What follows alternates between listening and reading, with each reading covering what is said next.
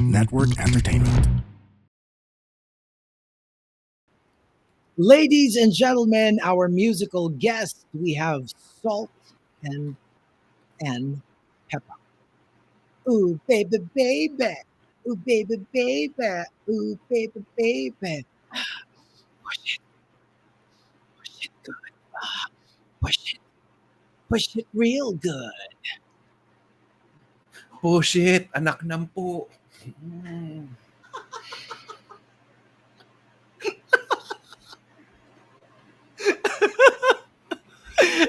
I live for these moments.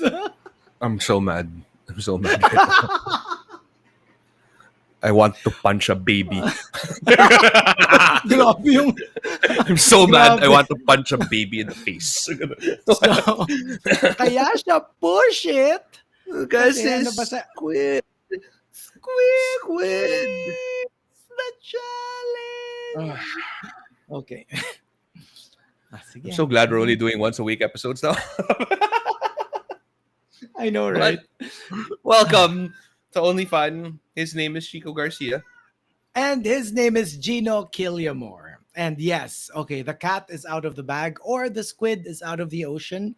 That is what we're doing. It's a very unique show because it's not an original. It's a reality show based off of on a fictional TV show. Yes. Diba? So one of the biggest shows during the pandemic was Squid Game. Parang which it reached took everyone international by fame. storm. I think that's Parang at the time it broke the record for the most watched Netflix show in the world. at the time. Diba? At the time.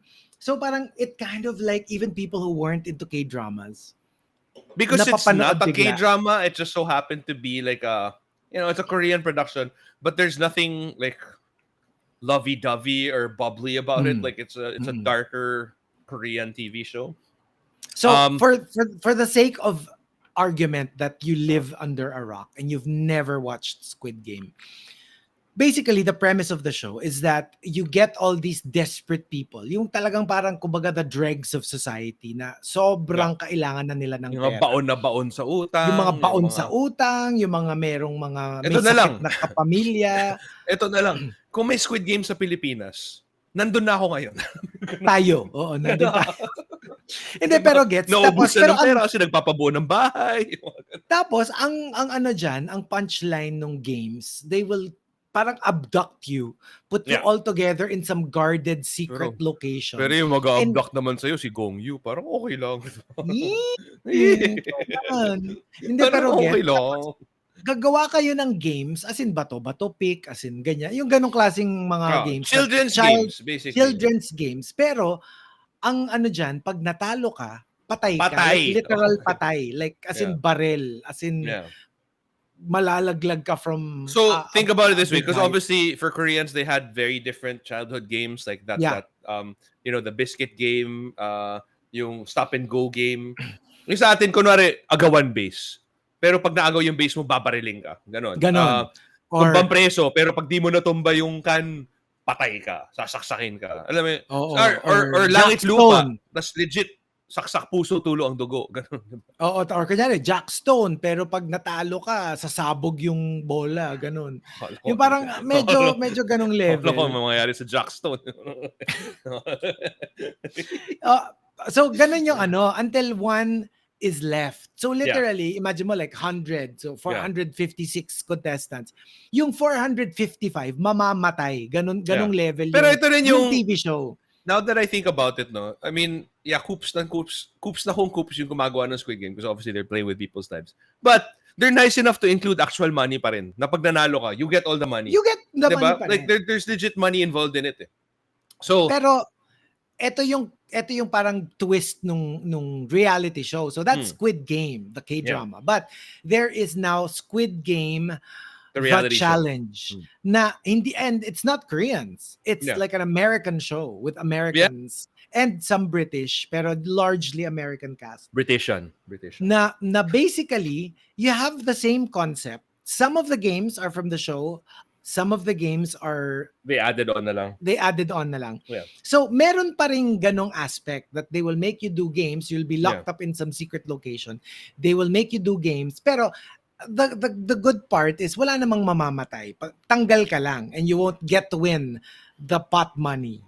I mean, ito, obviously they wouldn't be able to make the show if there was actual death involved. But for me, that's such a huge factor of what made Squid Games. Alam mo yun, na parang I find it so weird na parang kasi nga I watched Squid Games, the TV show, and I saw how terrified people were when they were locked up in the same room eating rations. Alam mo yun, because like there's that whole holy shit, we're playing for our lives here. Yeah. Here, it's weird because the minute that they see the dormitory, they're like cheering and they're like, "Whoa, look at that!" Parang, and of course, I get why they feel that way because the set design is magaling. Like, as in, it looks exactly like how Squid Games look like. But alam mo yung, you see the difference in disposition between the Squid Games characters and then the Squid Games challenge players. See, the characters, again, they were there with zero choice na parang, damn, I'm gonna die if I don't do this. And then the Squid Games reality show, parang excitement yung naramdaman nila, pero at the same time they're also like trying to play, because it's a reality show, so they're trying to play the whole like, yeah, it's a game of life or death. Like, medyo cringy siya for me in some it's the reality show side of it that I don't like. Alam mo yun na parang I get it. And you know how they have to make the characters interesting. So there are certain personalities na parang there's this one guy na parang he kept on preaching about like how the Lord made me, like the Lord made me this way, the Lord put me here. I know that the Lord is gonna make me succeed because none of these bitches have what it takes. Parang ganon. Alam mo yung ganon na parang, alam mo yung parang, you were just preaching about the Lord, now you're talking about how the Lord is gonna, completely discard everybody else because ikaw lang anak ng Diyos. Parang, alam mo yung, it's that reality show vibe for me that like, you know. Pero yun nga, ang interesting to talk about this one is that, di ba nagkaroon siya ng a bit of a backlash? Kasi parang there's this online thing na, and that people who enjoy watching this kind of miss the whole point of Squid Game, the original, which is like you find entertainment in the misery, misery of other people, and you know, these are people. Well, in the TV show at least, even in the point that they will die, and you know, it's entertainment for you, and you kind of miss it if you enjoy the show because it's like, here are people who are desperate for money, real life people. And you know, you're enjoying yourself, you know, at the expense of their misery, of their desperation. Pero ang ano ko lang naman dito, it's like, isn't that the whole point of reality shows in general? No. I mean, when you think about it, Survivor, these people are castaways. They are put on a deserted island to fend for themselves. You know, they have like insect bites like crazy, sunburn, they get parasites. A lot of the Survivor contestants say that, you know, after the show they come home and they have to be treated for internal parasites kasi diba, living out in the wild for so long.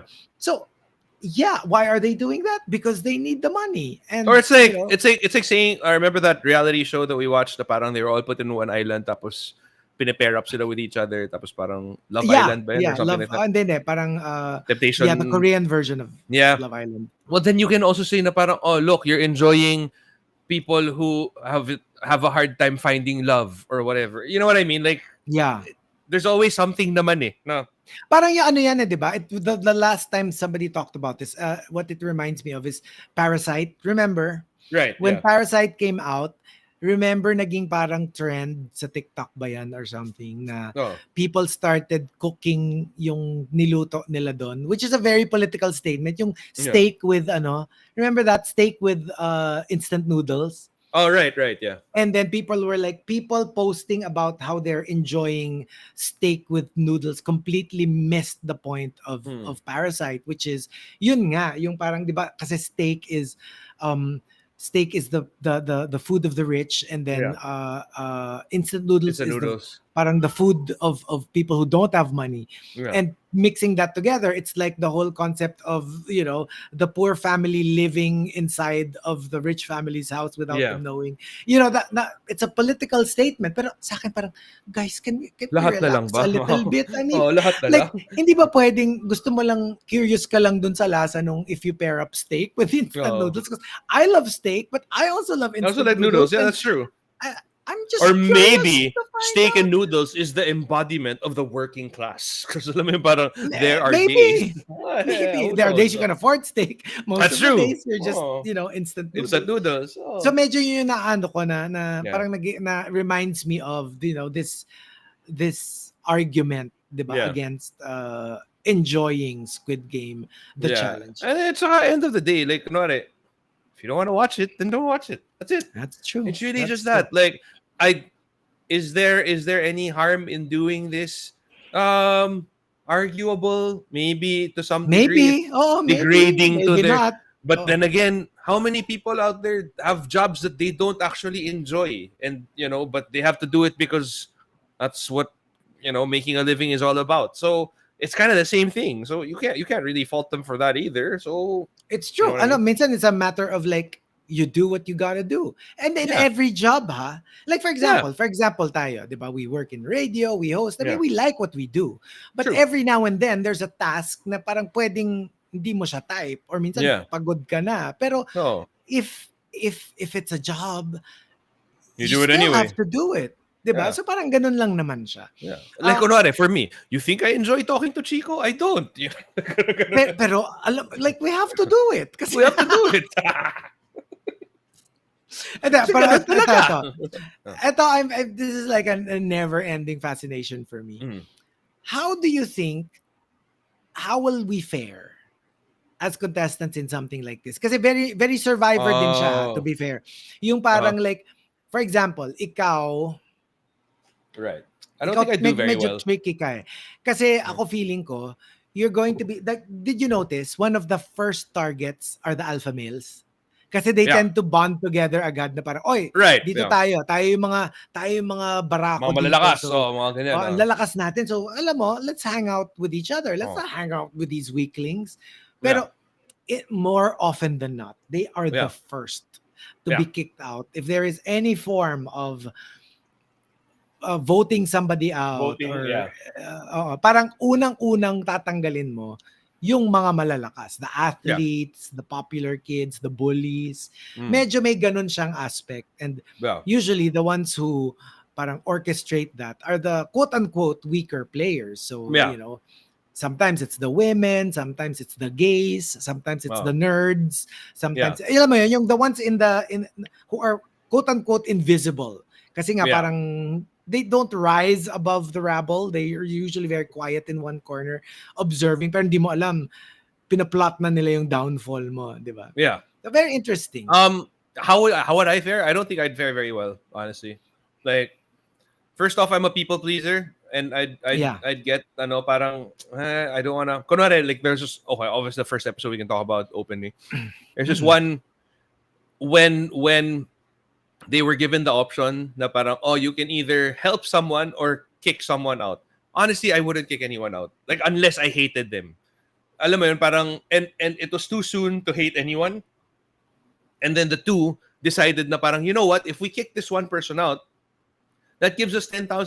It'll make things easier. I wouldn't do that. That's not my thing. Unless nga, if I hate you, and if there's something that you did to me that really pissed me off, then for sure, like, I'm not gonna even sugarcoat it. Like, I will vote you out. Pero otherwise, I'd be like, hindi, tago mo na lang yan. Huwag mo na yan. Huwag mo na i-kick out yan. I have two answers. To be honest, kunyari, like, it's a parang medyo real life Squid Game. I would kick someone out. I would. Like if kasi diba ang ano na is nobody will find out. Like, the other players will not find out. Yeah, but I'm too paranoid to think that, because the entire time I was thinking to myself, what if biglang sabihin ko sino talaga? Biglang lalabas, no? What if that's the ano?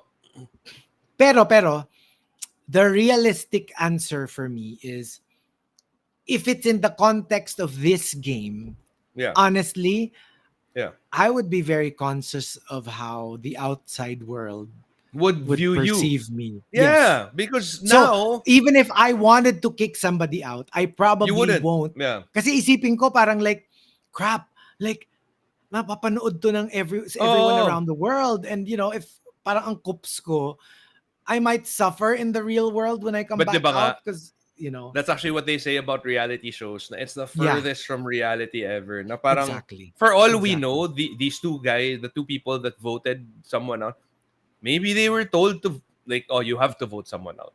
Alam mo yun, parang you have no choice. Who knows? You know what I mean? Like, maybe they're not as quote-unquote evil as we think they are. Yeah. Diba? Kasi parang, you never really know. But that's also one of the reasons why I wouldn't vote anyone out. Because I wouldn't want anyone finding out. I wouldn't want anyone holding that against me eventually. Na parang... Pero, okay, here's my question for you. Did you finish it? The first episode, not the entire thing.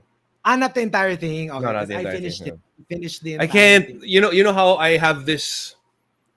I cannot stand that reality show confessional. Alam mo yun, parang, yun nga like that, I swear that one guy, I really wanted to kick him in the face, the whole, si Mr. I'm such a perfect person and like God put me here, pero banu kayo lahat, so fuck you kayo. Alam mo yung ganyan, na parang, it was so, what are you trying to do, man? Ang dami pa, and I heard the characters are, the personalities get worse. So there's parang, one that I really despise, but you won't find out until much later on.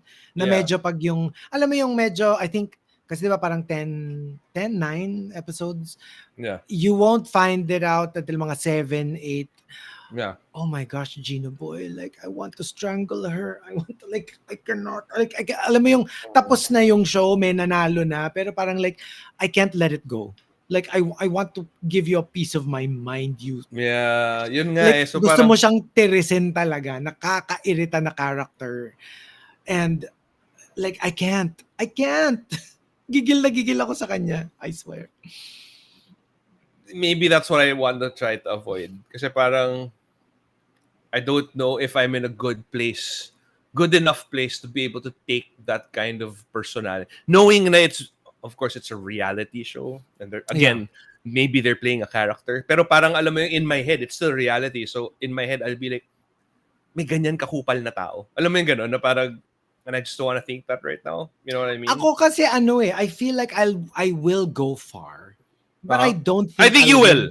Honestly, I'll win the big prize. Yeah. Alam mo yung tipong pag medyo nasa baka pwede pa nga ako mag-Final 4 or top 20 ka or mga ganyan. Or top 20, ganon. Pero, yun nga. Kasi if I don't lose the challenges, ako kasi feeling ko yung doon pa lang sa physical candy, challenges yung mababasag ko na siya or yung sa, ano yan? Kokomato sisisamnida. Oh, yun. Red light. Feeling ko, doon pa lang talo na ako. Pero yung, if I survive the games, I think I'll do very well with the parang politics of it all. I honestly think that you will do well. Because while you are not a political instigator, you know how to stay afloat in between everyone. Yes. That's always been your thing. That's always been your thing. To ride the wave. Yeah. Ako, while I am a people pleaser, I'm too opinionated to like, to also just let shit slide all the time. Parang feeling ko may breaking point ako, so I don't know. Kumbaga, kung if we're part of this reality show, ikaw yung maaalala agad ng viewers. Like ma-identify ka na nila agad na parang either they really really like you or they're not really going to like you. Yeah. Pero maaalala ka nila. Kumbaga, kung 10 episodes yung show, yung tipong first 5 episodes, ikaw yung one of the more like ikaw yung iti-tweet ng mga tao na Hindi, alam mo diyan ka mali. Ang basa ko, pag tayo sumali dito, first episode pa lang, may feature na agad tayo. Para yung mother and son, 'di ba? Ikaw yung mother, ako yung son, di ba? Uy, lugi tayo, magkasama silang dalawa. Alam mo, I'll take it. Kasi, di ba meron pa yung pinakamatanda, yung lalaki? Yung lalaki. At least hindi yun. I'll take the celebrate mother the and son. birthday niya or some shit Oo, like that. yun. Hindi kasi yun nga. Pero feeling ko, ako yung parang like, by the middle of the show, Yeah. parang feeling ko doon pa lang nila na, andito pala siya. Nandiyan pala siya. Ganon. Gets. Medyo ganon. I kind of think that you'll actually, maybe not win, but you get far. Ako din yung yun ang feeling ko. Not win the big prize, pero nandun sa, medyo up there. Natatawa lang ako kasi yung sa red light, green light, diba? In the TV show, if the motion detector caught you moving, they'd shoot you. Yeah. With a real gun, and then you're dead. Dito, parang they have ink packs strapped to their chest. So, parang whenever they would get eliminated, the ink pack would explode, and then they'd have to lie down. Yung iba, parang, okay, talo na ako, so I'm just gonna lie down. Yung iba yung nag-acting pa na parang, uma-acting. Oo. Tawa ako na parang, bro, like an ink pack just went off. You don't have to act like you just got shot. Kasi iba talaga, very lang, pag parang, parang, damn it. Parang, shit, natalo ako. Kasi higa na siyang ganun. Ito yung nag-acting. Gusto ko yung meron isa in a future episode. Feeling niya ba di-discover sa ng Oscars? In a future episode, meron yung pagkamatay niya, parang nakaupo siya. Oh my gosh, yung acting niya talaga. Like, tapos, with a head down. Yung parang, feel, nakakairita. Yun nga yung mga moments na ganyan yung medyo naiirita ako. Parang, come on, guys. Kasi iba cute Yung parang pag namatay na sila, yung bababa sila. Tapos pero yung alam mo yung nakaganon. Tapos yung nanonood pa rin sila. Nanonood pa rin sila. Yung parang, okay, deads na ako. Pero manonood pa rin ako. Yung iba talaga, oh my gosh. Yung medyo 1 minute, medyo Bollywood levels pa yung pagkamatay. Ako siguro, I'd be like, yung parang like, goodbye, cruel world. May monologue ka pa bago mamatay. May monologue. Dapat may monologue na, in as much as I enjoyed every step, it is time for me to say, hold me. Ganun ka pa. Hindi, meron ako, I'm feeling cold. Ano sa mga movies? Alam mo, sinisigaw ka na ng director, hoy, humiga ka na. Tama na, fame whore. I'm feeling cold. Doon ako natatawa talaga na para sa red light, green light pala. I was like, damn. And it's such a stark contrast kasi the others, pag pumutok yung flashback, parang, man, shit. Alam mo yung kita mo na they actually mouth it parang fuck. Tapos mamatay sila or whatever. Yung iba talaga parang, Tapos yung iba, yung delayed reaction, parang pumutok na yung flashback, tapos na-realize nila na, magfo-focus yung camera sa akin, kailangan akong umarte na para nabaril ako. Hindi, tsaka yun nga kasi imagine, this is the first game. Yeah. So kung na-deads ka na dito sa first game, wala ka ng camera time. You might as well give it. Give it. Diba? Baka ma-discover ka pa and I also I'm not a fan of how reality shows, like, kunwari in the first episode, they focused on this black woman who was talking about how, it would really help her, blah, blah, blah, blah, blah, blah. And literally, within the first 20 minutes, she gets eliminated. Alam mo yung parang, pucha, ba't mo pa ako pinagsayang ng oras mag-invest? Alam mo yung parang gano'n. There goes your dream. I know! It's hopes Parang, what the hell? Pero yun nga, I mean, for me, like, watch it. Ikaw pag kunyari yung wala ka namang masyadong ginagawa and you don't want to like super invest naman in it. Panoorin mo pa rin. I mean, for me, it's a fun watch and I like that. But you're also a reality show person kasi. I am. Pero you know why? I like that they put a lot of the OG games, but they also put in a lot of new ones. Siyempre kasi you can't, because otherwise there goes the unpredictability factor. Yeah, for everybody will know. They will know it. So you have to throw them off the scent every now and then. The new plus game. a lot of the games in Squid Game are interesting because of the stakes. Na parang kung hindi mo magawa, patay ka, 'di ba? kahit naman taguan tsaka habulan, kahit cops and robbers, nakakatakot, nakaka-excite pag ganun yung stakes 'di ba? Tsaka interesting maraming contestant, Talaga? Ako wala akong nakita interesting na contestant. Hindi, mga content creators. Talaga? Wala akong nakita na. Well, wait. Sa panig. Panig. Okay. Kaya naman pala tuwang-tuwa sa Squid Game. Kaya naman pala. Yeah. Pero watch it. Okay. Yeah, it's a fun watch. Saka may season 2 na. So yeah. Yeah. But meron na. Like, is it out or like no. I mean, like more green like light. green light. Got the green light na. So they will be filming soon. Okay. Yeah. It's just there you go. It's a bunch of other Attack on Titan nga, hindi ko pa natatapos. Ay, Diyos ko. Oo nga. Sige. Okay. Pero there's no point. Pinanood mo na yung last episode. There's no point. Diba? Sasayang ka lang ng oras. Nakatawa may nag-tweet sa atin. Si Gino Boy.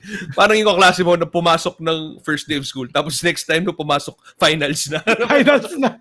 Tapos natawa ko. Kasi ginawa ko nga yun. Alam mo yun. In real life, I actually did that. That's you. That's so you.